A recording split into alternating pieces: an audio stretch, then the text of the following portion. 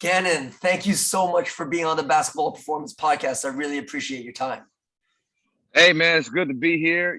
Talking to you off camera. It was nice to see we have some mutual relationships in Hong Kong. So I wish I could get back there soon, man. It's a good city. We look forward to having you.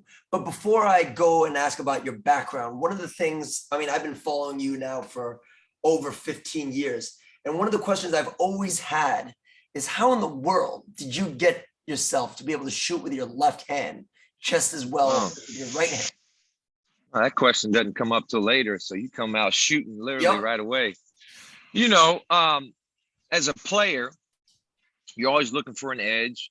I was a little short, a little slow, and my goal was to play Division I. So, I jumped rope a lot. I did a lot of ball handling, and I started working on my game by myself when I was about 12. During that year, I had a hand injury, broke my hand, shattered, jammed, something, man. But I know I couldn't use my right hand for a while. So I was a gym rat. And I tell my kids this, a great routine equals great results. You got to figure out a way to get your workout in daily, even when you don't feel like it, even through obstacles. So I started working out with one hand, passing, dribbling, shooting, got the cast off, and then going left. Naturally, I started shooting left off the dribble. It gave me a little bit of space when I was playing. It also made me different. It got me attention in a good way. It would it would alleviate boredom. Think about it, Will. Like I would go out and have one workout as a left-handed player. Go inside, have lunch, chill out, come out outside and have a workout as a right-handed player. So I learned how to pivot off my left foot, pivot off my right foot, pass with my left, pass with my right. And so I was tremendously skilled.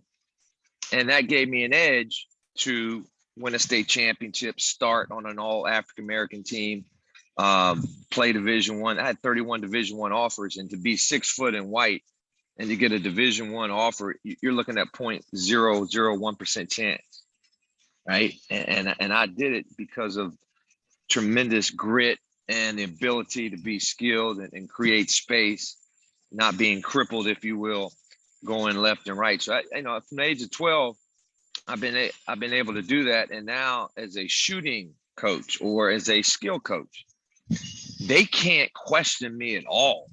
You can't doubt me as a coach at all. As far as he doesn't know what that's not right. I'm not saying I'm the best. There's a tremendous amount of coaches out there, but I tell you what, I'm gonna give you the truth. I'm not only going to tell you, I'm going to show you. So when I'm training a left-handed player, I demonstrate left. When I'm training a right-handed player, I demonstrate right. And it's a tremendous asset as a player development coach because I can relate so well and I can model anything that I teach. That's great. And now let's see if I got your background right. So you went to UNC Wilmington. Is it not Charlotte? UNC Wilmington. Is that right? Yeah, but I went to Duquesne first. I started out at Duquesne. And I had a chance to start there, and then our coach ended up getting fired, and I transferred to UNC Wilmington. Okay, and then you went on to play in Iceland. Do I have it right so far? Then you played professionally in Iceland. Yep. Then you went to try out for the Nuggets. I had a 2-week tryout with the Nuggets, right? Okay, and then you decided to transition into coaching. Is that right? I have this right so far? Yeah, I started coaching in '95 after I finished at UNC Wilmington.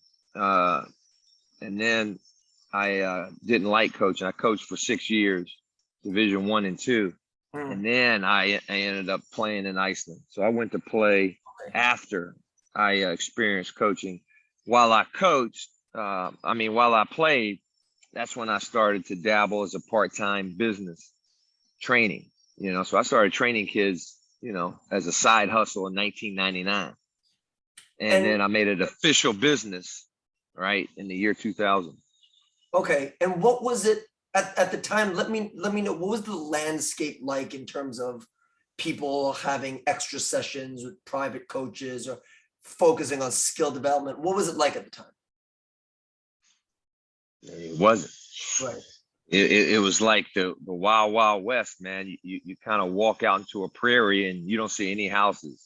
You know, I mean, it was vacant property. Right. So the only guy that I think was doing it was a guy named Joe Abunazar at IMG, but he had like a school. So he would do workouts after school, maybe do some community stuff.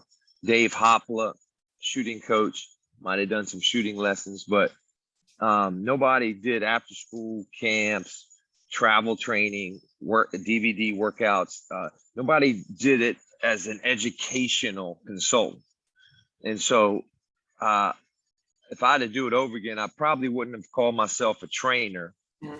I would have called myself a player development, a basketball teacher, because that's what I was. The trainer, it made sense to the community.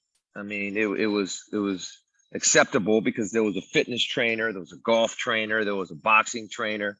So it only made sense if I came to somebody that didn't understand the uniqueness and the niche business it was, because nobody was doing it. I mean, Will, I put my business card in the paper and the classified ads. Hey, you want basketball training? My first call from that ad, was a drug dealer. He didn't say he was a drug dealer, but I knew. I knew. I mean, I know. I grew up on the streets. I know.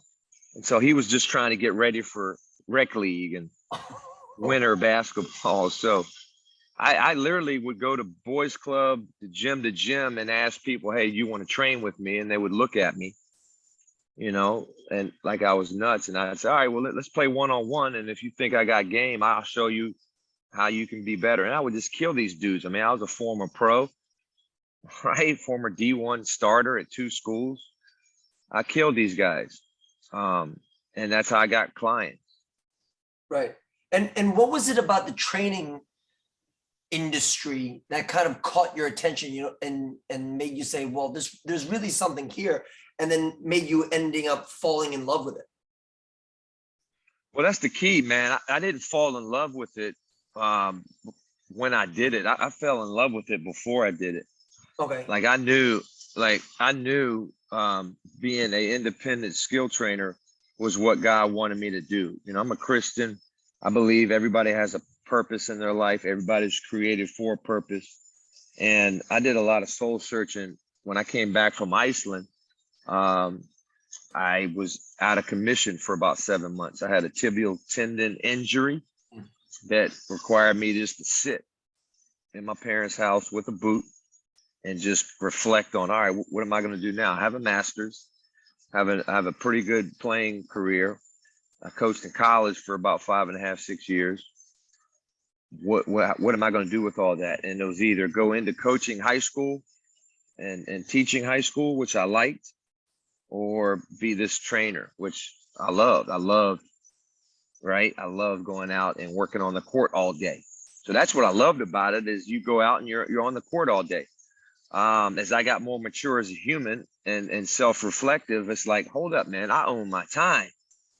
I don't have any system, any boss with issues, any control communistic freaks telling me, do this, Ganon, do that, because I said so. Like, I control, I'm in charge, I'm responsible for my own time. And so I take that seriously. So I reflect, I meditate, I spend time with God, I figure out what humans need. I'm a servant.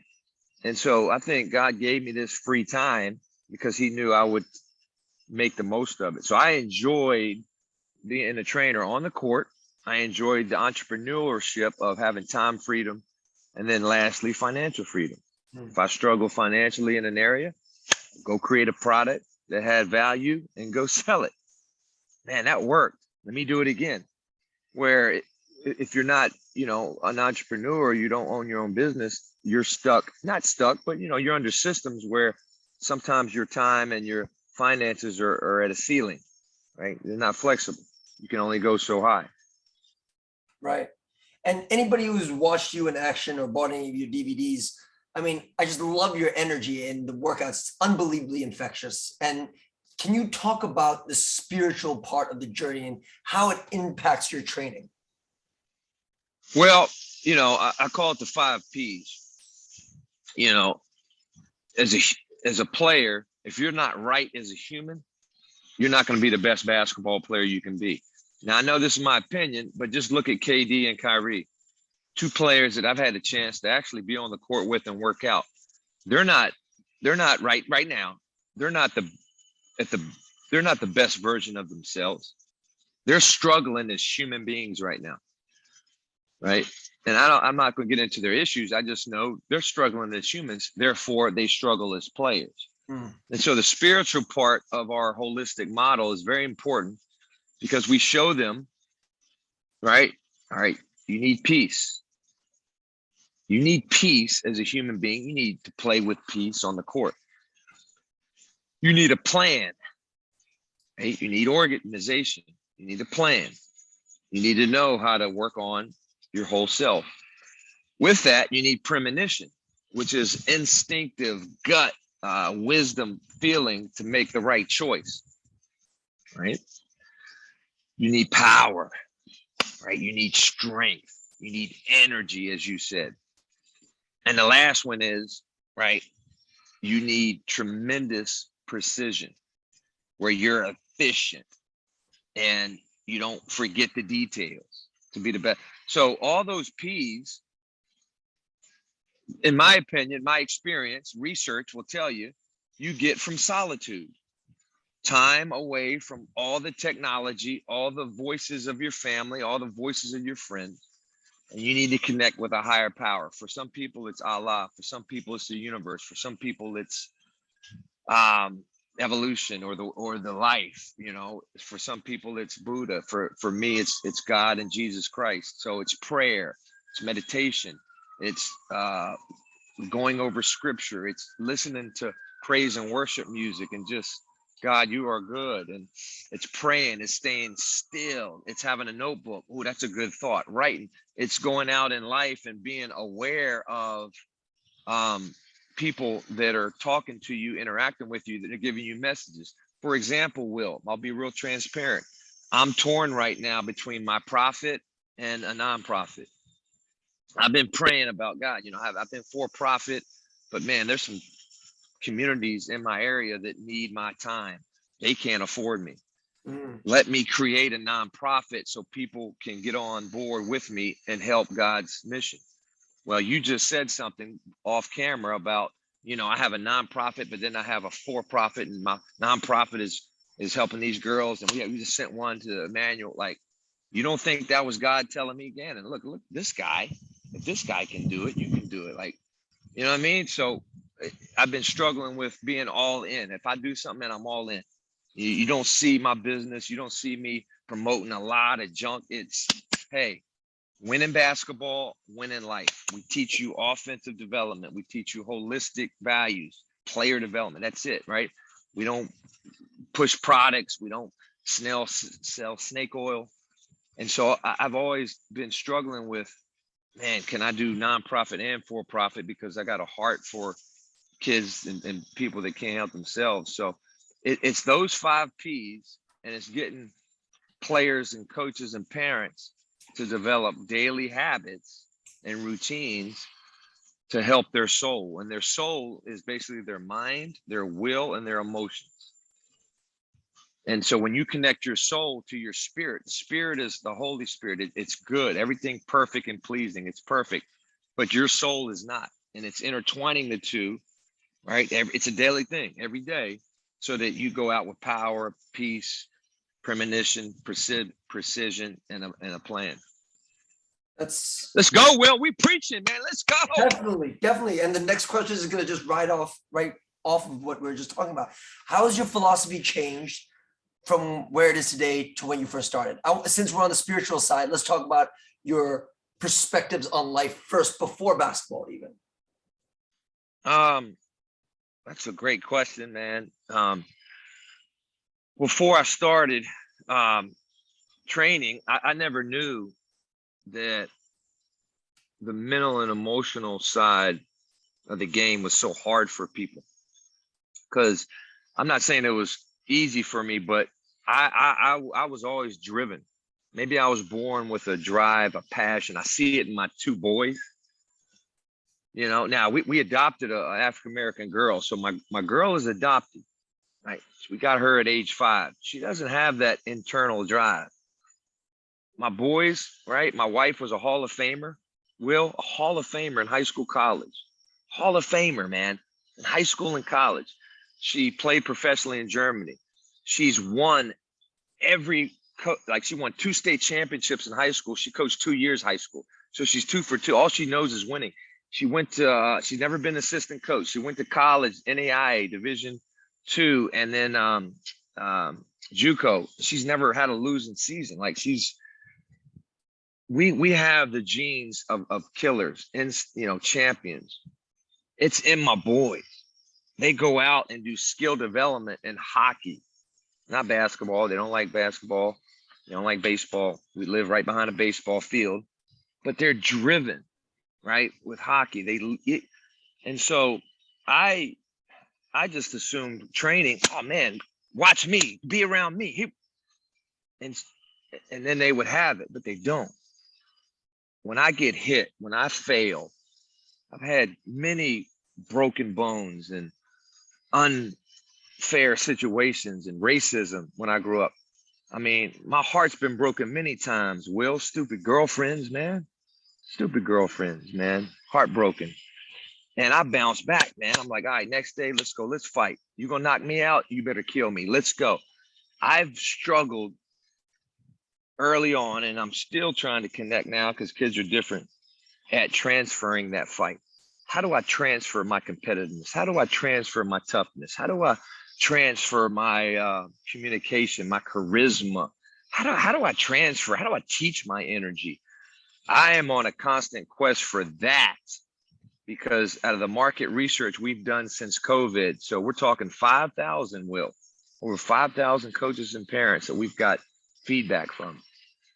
Kids struggle with being soft, silent, selfish, self-sabotaging, and shy, the 5 S's. And again, the way I teach is I try to organize and compartmentalize my teaching to where it's easy for me to remember. I don't use notes when I teach. Yes, I study, right? I study, but when I'm on, I mean, unless I'm doing a corporate speech or something, it comes from the spirit. And so a lot of that is 5 S's, 5 P's, right? 3 ways to score here, 4 ways, you know, it's lists. And one thing that I've gotten better at when I first started is my teaching, my communication, my connection, teaching kids and really helping them, as well as myself, develop mental and emotional habits. And here's the key, and it's probably the most powerful thing that I'll say to your listeners and to you. As a teacher, as a parent, as a leader, as a coach, you can't impact somebody, right, with something you don't have. Meaning you can't coach what you don't possess. You can't give away what you don't have.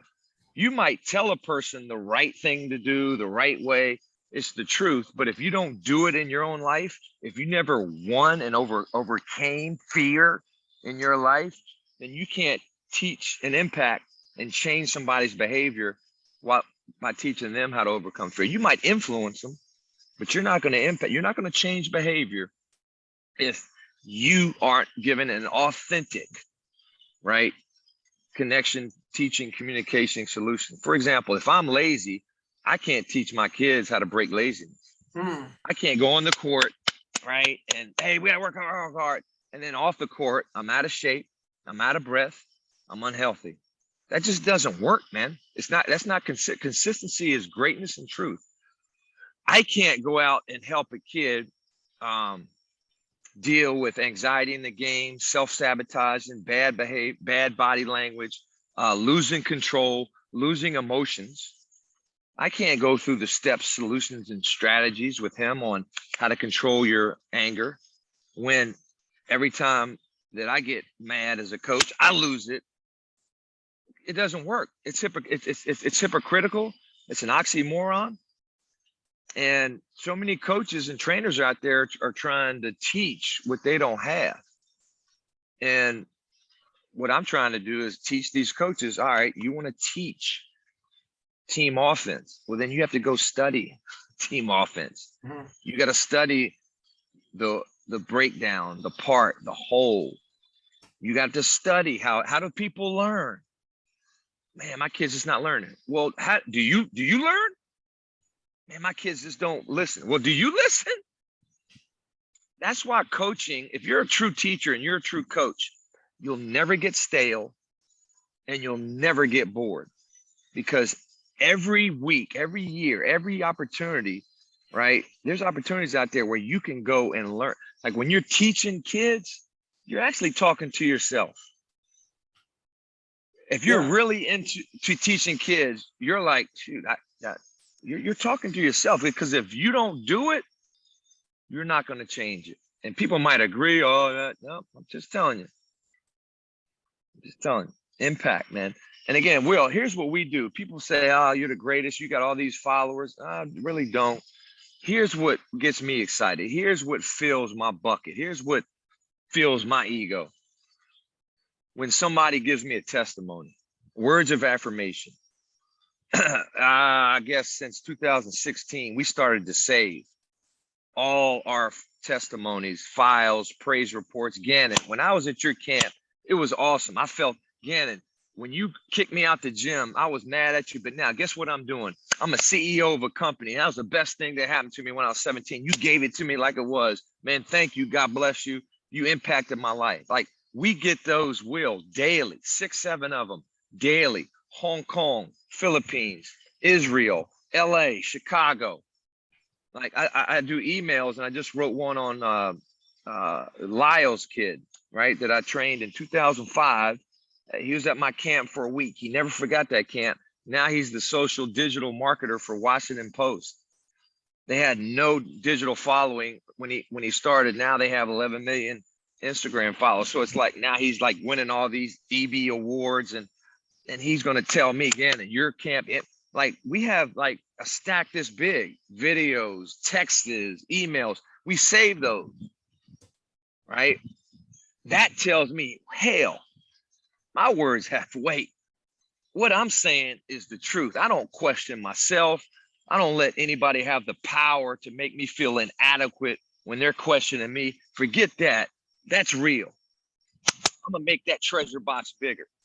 It's not my bank account, right? It's not living on the beach, although it's nice. It's that pile of testimonies. Gannon, because we're not fishing for that. We don't ask people, hey, how did I make you? No, man, it's on their own. It's organic. That's the Holy Spirit saying, well done, good and faithful servant, right? Many are called, few are chosen. Keep working in my fields. So I completely understand where you're coming from. I just want to clarify this for listeners, if people have this question. But Gannon, you train all these NBA guys, right? And you say that in order to transfer something, you must first possess it.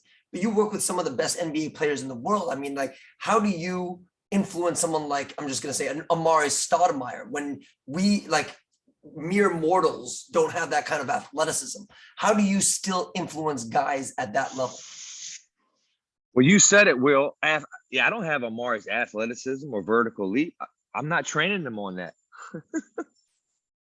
I don't train Amari on his physical strength, his athleticism, his vertical. Now, could I? Yeah, I could. You don't have to be a high jumper to train a kid on a vertical leap, but you got to possess the knowledge. Right. You know, when I say you don't possess it, it's the experience of overcoming it.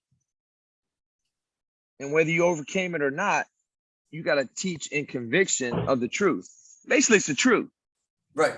I mean, it's not, hey, just because you messed up early on in your life, or just because you weren't a great player, whatever, doesn't mean you can't be a good coach. That's not what I'm saying.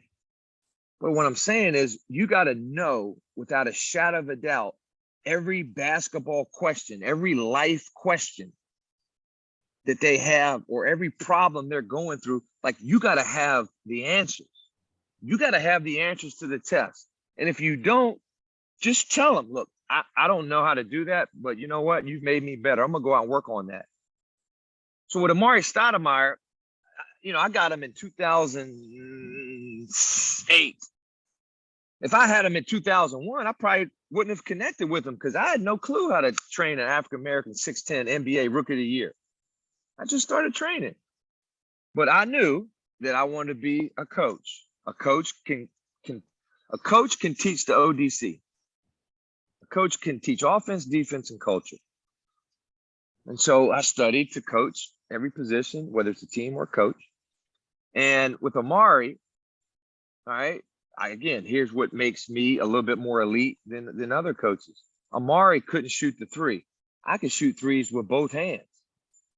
So if Amari ever questioned me, I was like, hold up, Amari, that's how you do it. And I'd show him, and I'd hit 4 or 5. My handle was better than Amari, and he wanted to work on 1 or 2 dribble pull-ups, crossover. My hooks were better than Amari. So yes, I could relate to Amari Stoudemire, Blake Griffin, Tyson Chandler, because not only did I have the knowledge of, hey, here are the mechanics of what you're trying to learn. Here are the reads off of pick and roll. Like I had the information that was correct. And then I also had the demonstration that was phenomenal. So if they didn't connect with my explanation, I showed them with my demonstration. If they didn't connect with my demonstration, we watched film. I gave them PDFs. I talked to them about, right, the skill concept with my explanation. So either way, I feared nothing. I was never a fan of these guys. The only guy I got kind of giddy with was Kobe. But it's like, if you have the truth, you should fear no question. The truth fears no question. So I got myself between 2001, 2008, I got the Nike job, man. I made myself a basketball coaching machine. First hour, 10th hour, I'm on, right? I got 2 balls, I'm kicking, I'm getting 10 kids reps, I'm stopping, correcting for 30 seconds. Now we're back on, we stop, we hit life, we hit basketball, we do a little spiritual, and then boom, 2 minutes later, they're like, man, what the hell happened? I just got Jesus, Oprah, and Larry Bird metaphors in me. What the heck? You know what I mean? Like I have a gift. And quite frankly, it pushes and it makes a lot of trainers insecure and they're intimidated by me. And I get that. I got to do a better job of including and, right?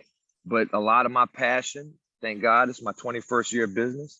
A lot of my passion pulls a lot of people in. So that's a whole nother lesson, Will. Like you're not gonna, who cares if Amari Stoudemire didn't like me? You can't please everybody.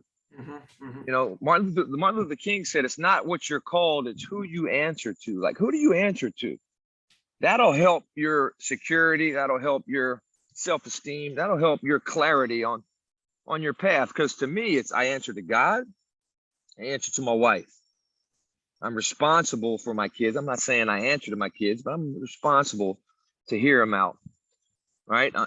I'm responsible to my CEO, Mihai Radicanu, and our team. Right? I'm responsible to my parents.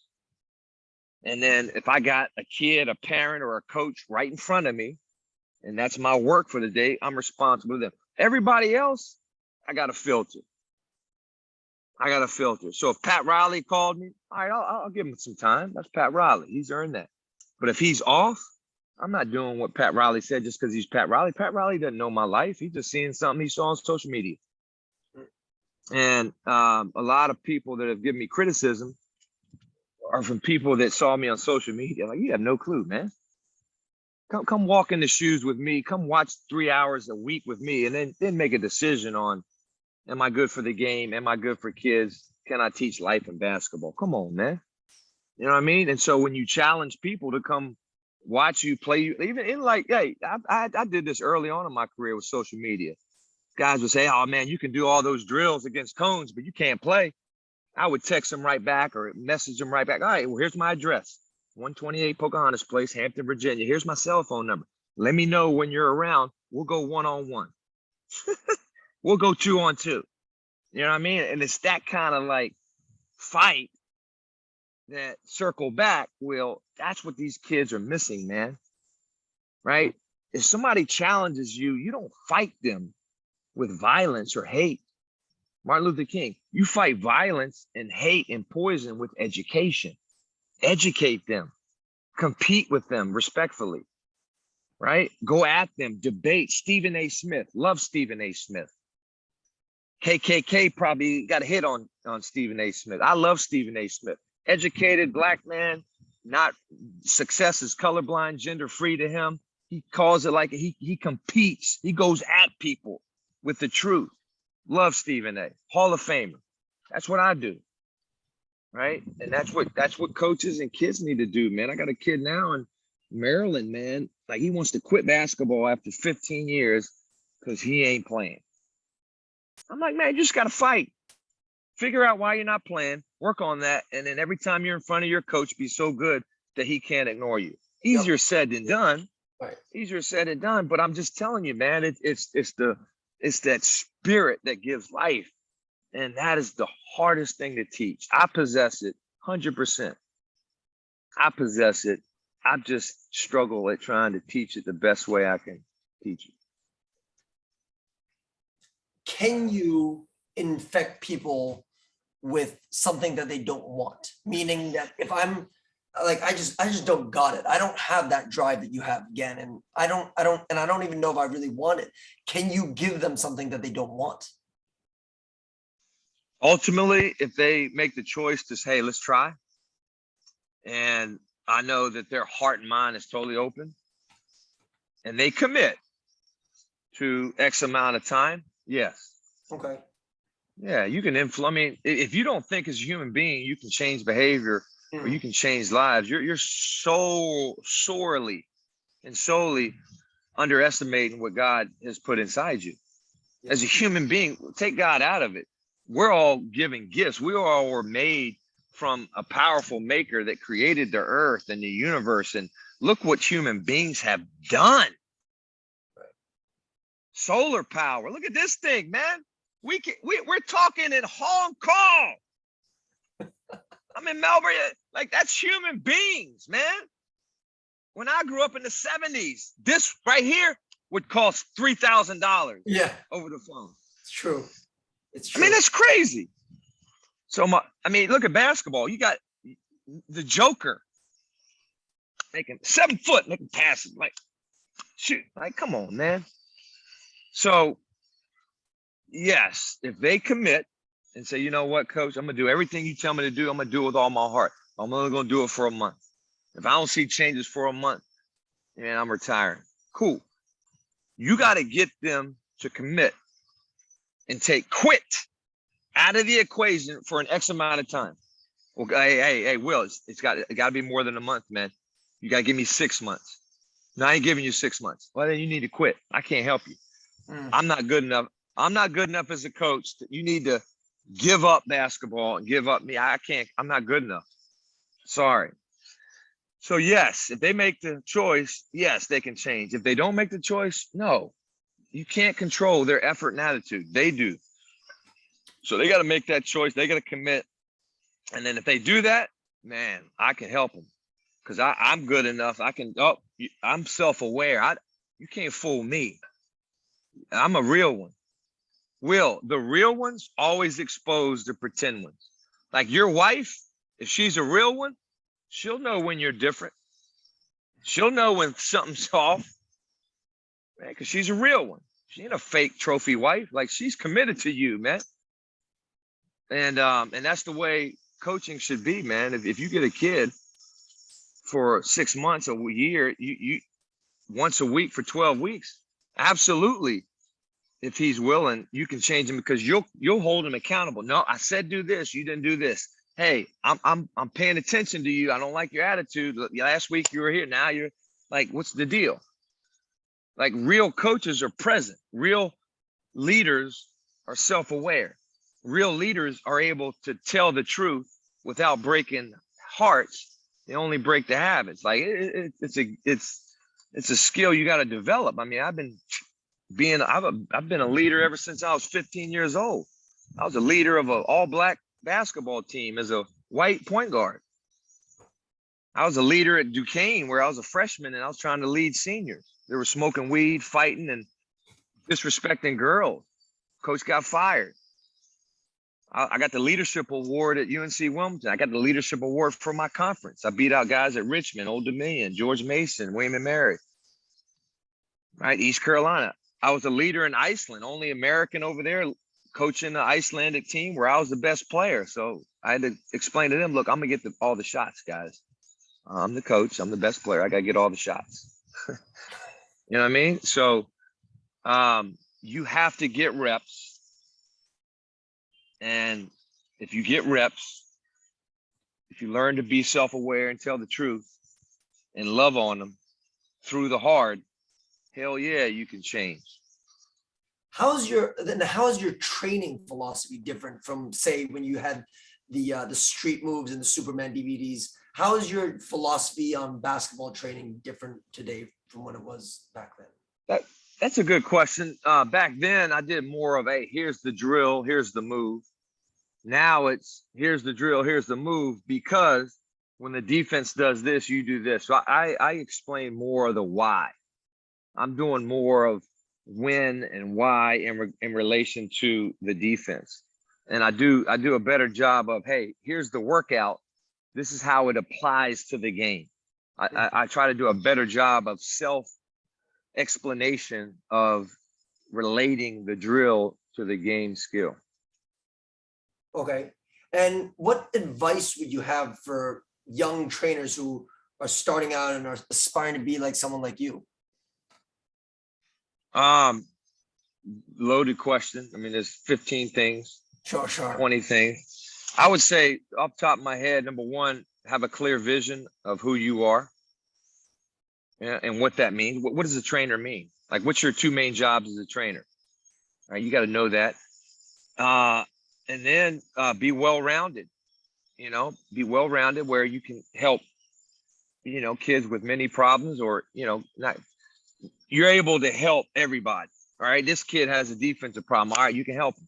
This kid has a shooting problem. All right, you can help them. Now you get more clients. You're more diversified, which means you got to spend more time at educating yourself, or be a specialist and own that. So I guess whatever you do, be authentic, own it. And it all refers back to, are you helping the kid win in the game? Are you helping the kid win in life? Because we have all these trainers, we have all these specialists, and these specialists have to remind these players that, look, I taught you a skill set, but now here's how you go use it with 4 other teammates, because it takes 5 to play, Will. And a lot of these trainers teach these kids individual assets, which is awesome. But they also have to say, now, how are we going to use it in your coach's system? How are you going to relay that to the game? And that's what we're missing. Got great content for social media, great content, correct content. But the missing piece I see is these kids don't know how to use it in the game. Therefore, their trainer let them down. Now you get money grabbing. He don't know how to coach. He didn't teach you how to play the game. I mean, there's problems. So I'm just saying, in 21 years of business, I won at teaching the street move and then going to use it in the flex offense. Okay. Or at least teaching the kid to be aware. Hey, I taught you this move, but guess what? I don't have time to teach you anymore. You got to go search out somebody to show you how to use this off of pick and roll. You know what I mean?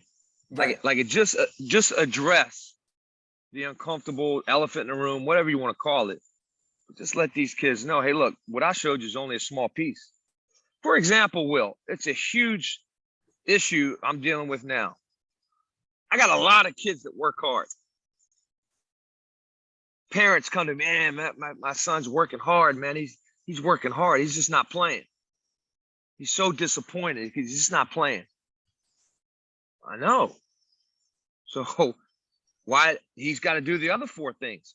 You got to work hard. That's one part of it. Then you got to work smart, right? You got to make sure you're working on the right things. You got to go out. It's not working. Go back and figure something out to do different. Then you got to fight. Like you can't just work hard. You got to fight. It's like a boxer going out there working hard, then gets knocked down. You don't get back up. Now you get back up. You take pain. You're able to be resilient. Your mind doesn't go to the darkness of despair. You look at pain as power. Oh, pain is weakness leaving the body. Oh, come on, hit me harder. That's all it's competing. Then it's fighting with your teammates. It's being a great teammate. You're working hard, great, but you suck as a teammate. And then the last one is, all right, do it again. It's getting up every day and finding the passion to do it again, even when you're not playing. Man, I'm working hard. I failed. I put all this time in and I failed. Yes, you did. So what are you going to do now? Do you think greatness and winning comes from one shot? Come on, man. Do you realize God is going to allow you to fail now so you can win later? Come on, man. You know what I mean? It's that kind of teaching and emphasization. Because Will, as a teacher, it's not what you know, it's what you emphasize. Mm-hmm. It's not what you write down, it's what you say. Right. A lot of coaches have, oh man, Ganon, I got my practice plan and all that. Cool. You organize on here. You organize. That's awesome. No, nothing wrong with that. But let me watch you for 2 hours and see what you say. Because what you had on paper ain't come out like you had on paper. Your paper, yeah, you got an A in basketball class. Boy, you got an A, but you sucked at coaching. Because it's what you emphasize, what you say. It's your body language. It's what they hear. I know what you wrote down. I know what you said, but what did the players hear? Did you offer feedback? Did you notice what they're doing after you said? They're still not doing what you want. So they didn't listen to you. You got to stop. You got to ask questions. You got to intervention. In our curriculum, there's like 8 stages of intervention. I mean, like that's what these trainers are missing, man. And I noticed that early on in my career. I tried to really get better at that, because that's teaching, man. A trainer is should be nothing but a teacher. What's a piece of advice then, now that you've had so much experience, that you would give, just one piece of advice that you would give to yourself all the way back then? Business or coaching? Do you know what? You talked a lot about coaching. Let's talk about the business. I'm interested to hear what you have to say about that. Invest in somebody to take over your social media. If I'd have done that, I've been a millionaire. Multi-millionaire. Yeah. Multi-millionaire, man. But I've run 21 years of business, and I'm not very good at business. I've grossed millions of dollars, right? Thousands of dollars a year. I've netted 6 figures for the last 15 years. I have $1 million house. Like, I have equity, but I don't know how to run a business. I mean, I tried. I'm street smart. I've hired people to run it for me now. Now I got it right. But I didn't get it right until 2016, when I hired a guy named Mihai Radicanu, a former player of mine, one of my best friends. He's my managing partner. But think about it, Chris. I started training in 2000. My DVDs were bestsellers. Why wouldn't I create my own production company and have somebody run my own social media? I mean, you Google all the basketball YouTube pages. They got millions and millions of followers. Some of these guys, I love basketball. My content blows them out the water. My charisma blows their cheese like apples, oranges. And I'm not and they would agree. But what happened? They put the time, the intelligence, the investment into technology. I didn't. Now I'm good with that. I mean, I'm not a money grabber, but yes. Do I wish I would have done that? Hell yeah, because you can change a thing with money. We adopted KK.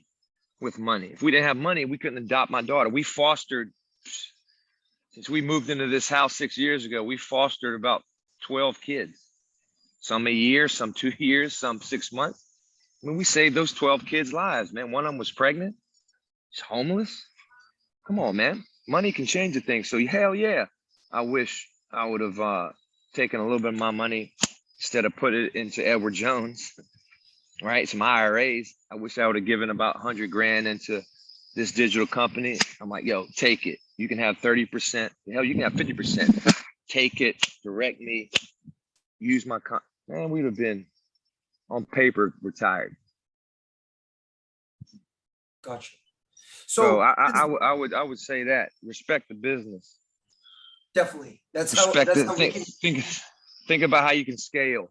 Right. That's how we can keep doing what we love full time, right? Exactly. Well, no, you can do full time. Shoot. I mean, if you want to do something full time, you do it full time. You just have to cut your lifestyle down, right?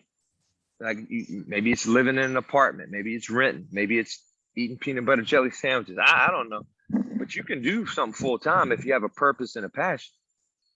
It's got to be legit. Like so you can. That's what I tell kids, man. 80% of kids, 80% of people in life do not like their job. Over 50% hate their job and will quit if they found a way to quit. 70% of students in high school going into college have no idea what they want to do. Cool. I'm just saying, you're going to work 86,000 hours, man.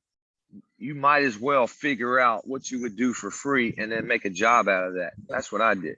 Yep. That's what I did. And you can do that. There's gamers out there that all they do is evaluate video games. That's their full-time job. I mean, you got Kim Kardashian who just makes videos, I mean, that's what they do full-time. And they would do that if they were a teacher in their free time. So you can do that. You just got to sacrifice your lifestyle. Maybe you and your wife only have one kid right now because you want to work full. I mean, you know what I mean? Yeah, for sure. But so it's that attitude. For sure.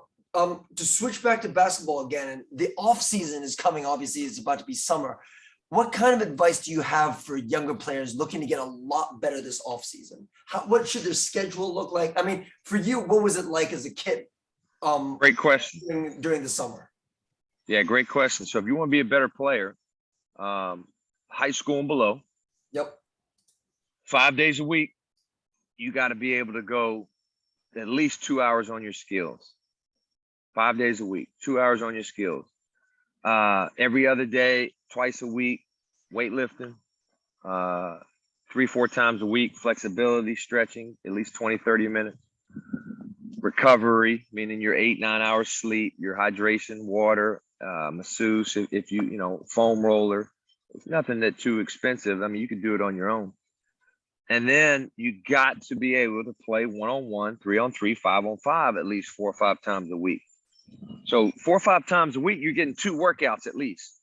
Skill workout, 5-on-5. Strength workout, 1-on-1. And that's what I did, man. I worked out in the morning by myself.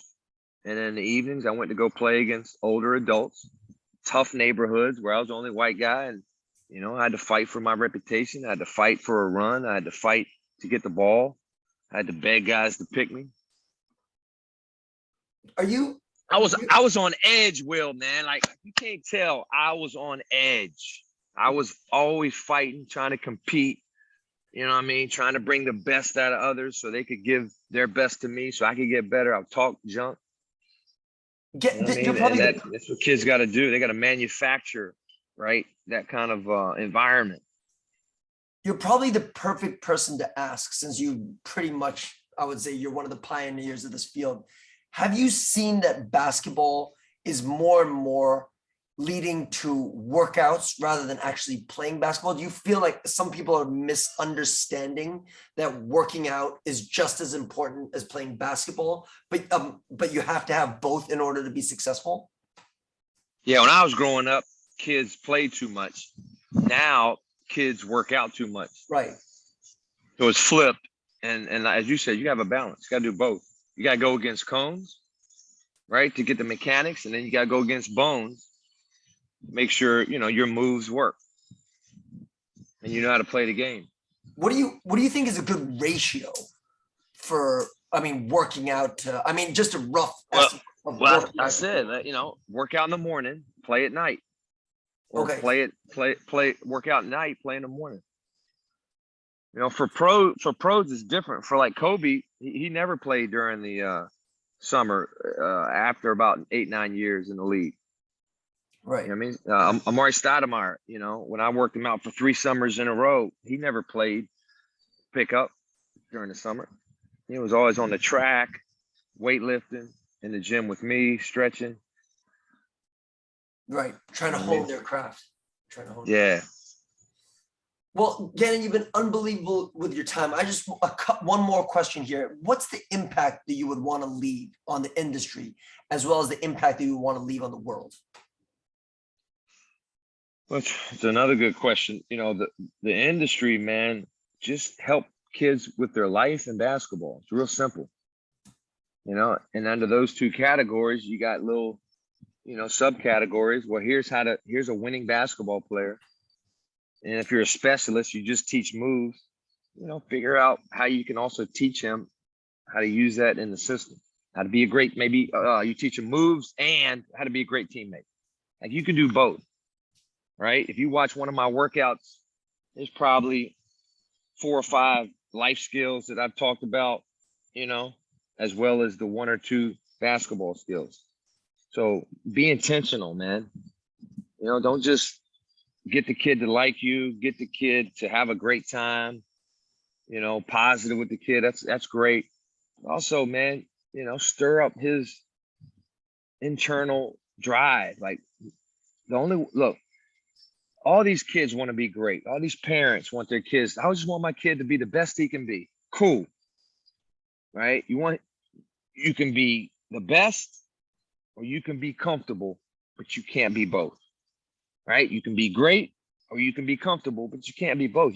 You got to get these kids to become uncomfortable. You got to get these kids to understand that 2 things are going to be inevitable in life: getting tired and facing a battle, right? Pain. Yeah. But if you learn how to fight, at the end of that battle is a victory. And so that's where our industry needs to go, because our workout warriors are soft as hell. I mean, these some kids that look good in a workout, look good on Instagram, but they're soft as hell. And you get them in a game where a defense or a coach or the fans come at them and they melt like the Wicked Witch of the West and the Wizard of Oz. They melt. And a lot of that's the kid's fault, but it's also the coach's responsibility to at least help. I mean, when a kid cries in my workout because he's tired or she's exhausted, that's a good thing. And 100% of the time, the parents are like, I mean, I was training Tracy McGrady's son last year, and you know, it was a tough workout, and I was hitting him and getting on him, and I turned over, and Tracy was like, because I mean, the real parents know. And as far as the world, hey man, just find your purpose, find your power, be the best you can be at it, and then go impact the community. That's you awesome. know, for us Christians, man, it's building God's kingdom. Right? It's going out and showing people how great the goodness of Jesus Christ is. That's acknowledging, it's acknowledging the crucifixion, and he died for us, and he was a real person, and he got risen to heaven, and he came back, and you know what I mean? It's the whole salvation. All right, Jesus is my savior. I'm going to heaven. Cool. Now create heaven on earth. Now go out and be loving and be kind and be gentle and teach and give wisdom and help people who can't help themselves. It's for me, my rod and staff is basketball. I've been to 50 countries, Will. 50. Wow. Going to Africa, right? In August. So that'll be my 6th continent. I've been to all the continents except Antarctica. And everywhere I go, man, I tell them, look, man, God is good. Jesus is real. Your job as a human is to make this world better. Here's how to do it with basketball. Here's how to win in basketball, build up your game and your street cred. Now, when you're done at age 25 or 22 or 30, now all the lessons, all the experiences, go take that to your relationships. Go take that to your community. Go take that to your career. Because now you're playing a different game. But it's the same lessons you faced in basketball. Just playing a different game. And if God is your coach and the Bible is your playbook, you're going to win. You're going to win. That's awesome. Simple as that. That's awesome. Well, Ganon, last question. Where can people find out more about you and what you've got going on? GanonBaker, and just Google me. GanonBakerBasketball.com. I'm on Instagram, Ganon_Baker_, Twitter @Ganon Baker. So I'm easy to find. If you have a question about life or basketball, I promise I'll get back to you. I'll answer you. Don't ask stupid questions. Don't be like seriously, I don't know how many people are watching this, but I'll just say it. Don't message me and say, hey, what's up, coach? Like, don't do that. Like that. I don't like responding to that. That's too vague. Say, hey, Ganon, good morning.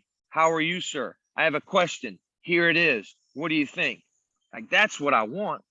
But if you ask vague questions, you get vague answers. If you ask stupid, illiterate questions, you might not get answered. Now, again, I might have turned off a lot of my customers, but I'm teaching you a lesson right now, right? I'm a coach, not your friend. I'm not a caterer. I'm a human being. I'm a superhero, right? Iron Man and Captain America, they ain't eat with everybody. Jesus only had 12 disciples, but we're called to help everybody. So, we can be friends at some point, right? If we spend enough time together, but a lot of these people waste my time and they waste their time and they don't even know the opportunities they can have if they just educate themselves on, all right, this guy's got experience. This guy's great. Let me find out what's in his head instead of just, oh man, I got to talk with him. No, find out what you need to find out by being respectful, by being organized, by being intentional, and you'll get more out of people that are so-called experts and they can help you. How about that? You weren't expecting that. I wasn't expecting an outro like that, but guys, this has been awesome. Ganon, thank you so much for coming onto the podcast. And guys, we will see you next week. Thank you so much, Ganon. You're welcome, man. Thanks for having me, man. Yeah. Give me 1 second.